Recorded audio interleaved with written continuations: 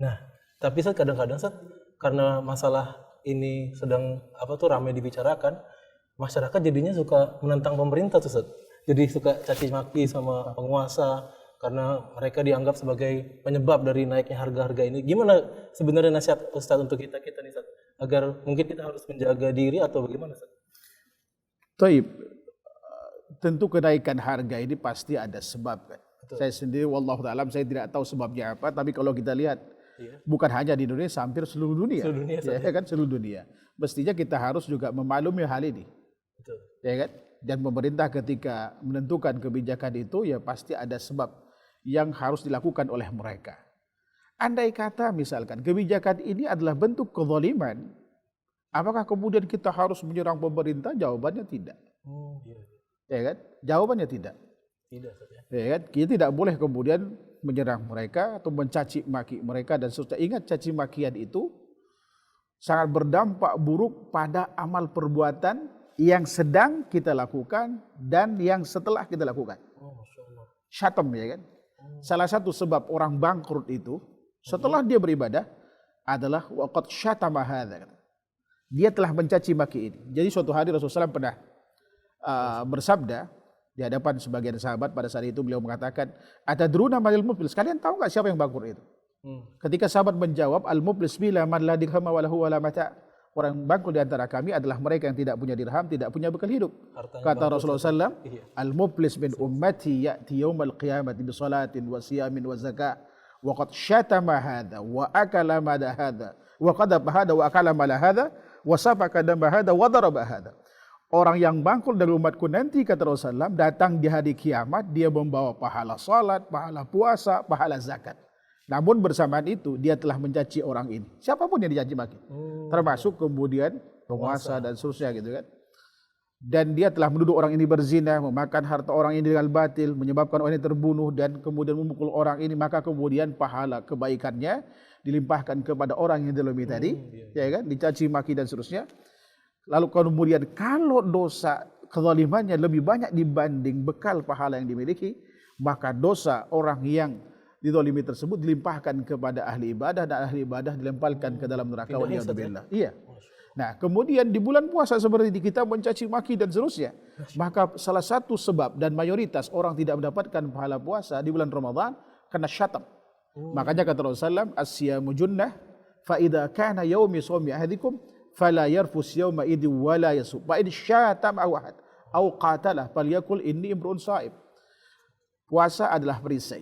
Yang dimaksud perisai adalah benteng dari api neraka sebagaimana terdapat dalam riwayat Imam Ahmad.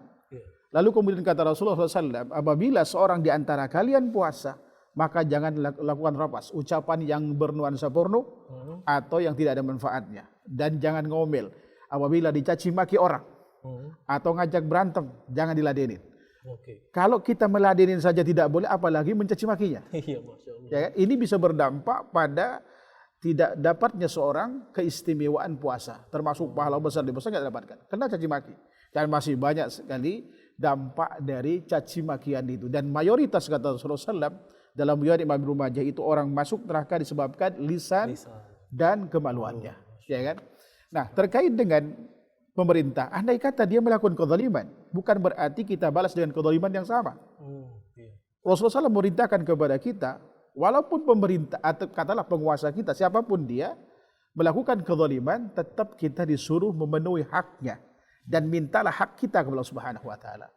Ada beberapa hadis terkait dengan ini, misalkan riwayat Imam Bukhari dari sahabat mulia Abdullah bin Mas'ud, beliau pernah mengatakan, "Innakum satarawna atharatan wa umuran tunkirunaha." Qalu bimada ta'muruna ya Rasulullah? Qala addu ilaihim haqqahum was'alullaha haqqakum.